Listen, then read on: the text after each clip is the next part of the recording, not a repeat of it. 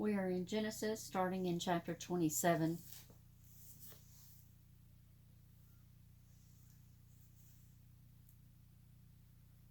Genesis 27. When Isaac had grown old and his eyes were so weak that he could no longer see, he summoned his elder son, Esau. "Son," he said, and Esau replied, "Here I am." He then said, "Look, I am old, and do not know when I may die. Now take your weapons, your quiver and bow, go out into the country and hunt me some game. Make me the kind of appetizing dish I like, and bring it to me to eat, and I shall give you my special blessing before I die." Rebekah was listening while Isaac was talking to his son Esau. So when Esau went into the country to hunt game for his father, Rebekah said to her son Jacob, "I have just heard your father saying to your brother Esau, 'Bring me some game and make an appetizing dish for me to eat, and then I shall bless you in Yahweh's presence before I die.' Now, son, listen to me and do as I tell you. Go to the flock and bring me back 2 good kids, so that I can make the kind of special dish your father likes. Then take it to your father for him to eat, so that he may bless you before he dies." Jacob said to his mother Rebekah, "Look, my brother Esau is hairy, while I am smooth-skinned. If my father happens to touch me, he will see I am cheating him, and I shall bring a curse down on myself instead of a blessing." But his mother replied, "On me be the curse, my son. Just listen to me. Go and fetch me the kids."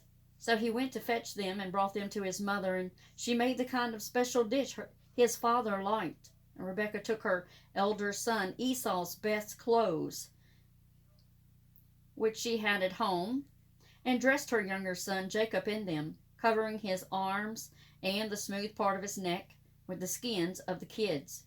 She then handed the special dish and the bread she had made to her son Jacob. He went to his father and said, "Father." "Yes," he replied. "Which of my sons are you?" Jacob said to his father, "I am Esau, your firstborn. I have done as you told me.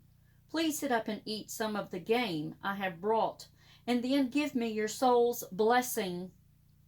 Isaac said to his son, "Son, how did you succeed so quickly?" He replied, "Because Yahweh your God made things go well for me."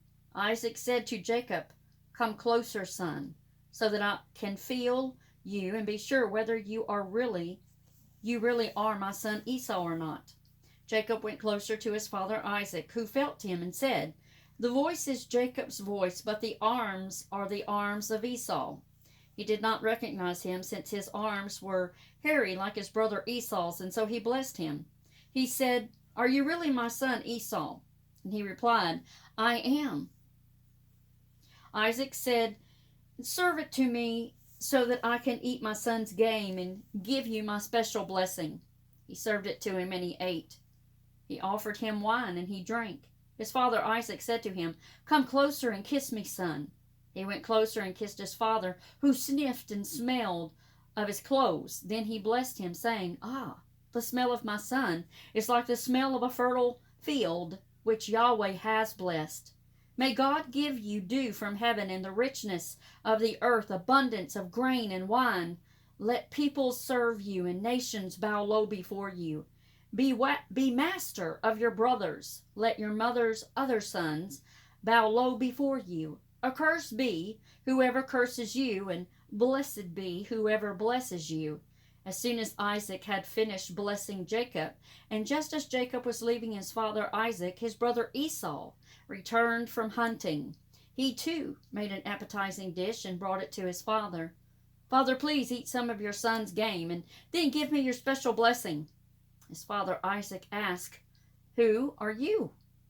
"I am your firstborn son, Esau," he replied. At this Isaac was seized with a violent trembling, and said, "Who was it, then, that went hunting and brought me the game? I finished eating it just before you came. I blessed him, and now blessed he will remain." On hearing his father's words, Esau cried out loudly and bitterly and said to his father, "Father, bless me too." But he replied, "Your brother came by fraud and took your blessing." Esau said, "His name should be Jacob, right enough, for he has now supplanted me twice.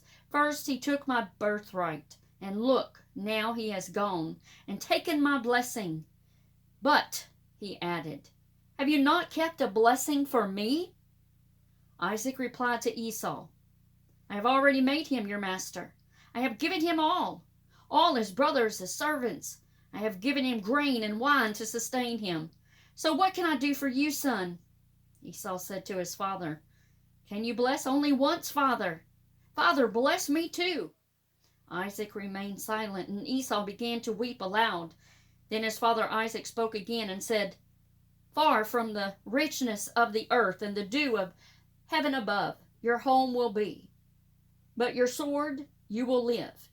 By your sword you will live, and your brother will serve you. Will you serve? But when you win your freedom, you will shake his yoke off your neck. Esau hated Jacob because of the blessing his father had given him. And Esau said to himself, The time to mourn for my father will soon be here. Then I shall kill my brother Jacob. When the words of Esau, her elder son, were repeated to Rebekah, she sent for her younger son Jacob and said to him, Look, your brother Esau means to take revenge and kill you. Now, son, listen to me. Go at once and take refuge with my brother Laban in Haran. Stay with him a while until your brother's fury cools, until your brother's anger is diverted from you and he forgets what you have done to him. Then I shall send someone to bring you back. I do not want to lose you both on one day. Rebekah said to Isaac, The Hittite woman sickened me to death. If Jacob were to marry a Hittite woman like these, one of the local women, what would there be left in life for me? Genesis chapter 28. So Isaac summoned Jacob and blessed him, and he gave him his order. You are not to marry any of the Canaanite women. Go off to Padan Aram, the home of Bethuel, your mother's father, and there choose a wife for yourself from the daughters of Laban, your mother's brother. May El Shaddai bless you. May he make you fruitful and make you multiply so that you become a group of nations. May he grant you the blessing of Abraham, you and your descendants after you, so that one day you may own the country where you are now living as a stranger, which God gave to Abraham. Then Isaac sent Jacob away, and Jacob went to Padan Aram, and to Laban, son of Bethuel, the Aramean, and brother of Rebekah, the mother of Jacob and Esau. When Esau saw that Isaac had blessed Jacob and sent him to Padan Aram to choose a wife there, and that in blessing him, he had given him this order, You are not to choose a wife from the Canaanite women. And that in obedience to his father and mother, Jacob had gone to Padan Aram.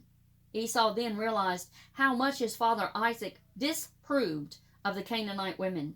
So Esau went to Ishmael and chose for a wife. In addition to the wives he had, Mahalath, daughter of Abraham's son Ishmael, and sister of Nebaioth. Jacob left Beersheba and set out for Haran. When he had reached a certain place, he stopped there for the night, since the sun had set. Taking one of the stones of that place, he made it his pillow and lay down where he was. He had a dream. There was a ladder planted on the ground with its top reaching to heaven, and God's angels were going up and down on it. And there was Yahweh standing beside him and saying, I, Yahweh, am the God of Abraham your father, and the God of Isaac. The ground on which you are lying I shall give to you and your descendants. Your descendants will be as plentiful as the dust on the ground. You will spread out to west and east, to north and south, and all clans on earth will bless themselves by you and your descendants. Be sure I am with you. I shall keep you safe wherever you go and bring you back to this country, for I shall never desert you until I have done what I have promised you. Then Jacob awoke from his sleep and said, Truly, Yahweh is in this place, and I did not know. He was afraid and said, How awe-inspiring this place is. This is nothing less than the abode of God, and this is the gate of heaven. Early next morning, Jacob took the stone he had used for his pillow and set it up as a pillar, pouring oil over the top of it. He named the place Bethel, But before that the town had been called Luz. Jacob then made this vow: if God remains with me and keeps me safe on this journey I am making, if he gives me food to eat and clothes to wear, and if I come home safe to my father's home, then Yahweh shall be my God. This stone I have set up as a pillar is to be a house of God, and I shall faithfully pay you a tenth part of everything you give me.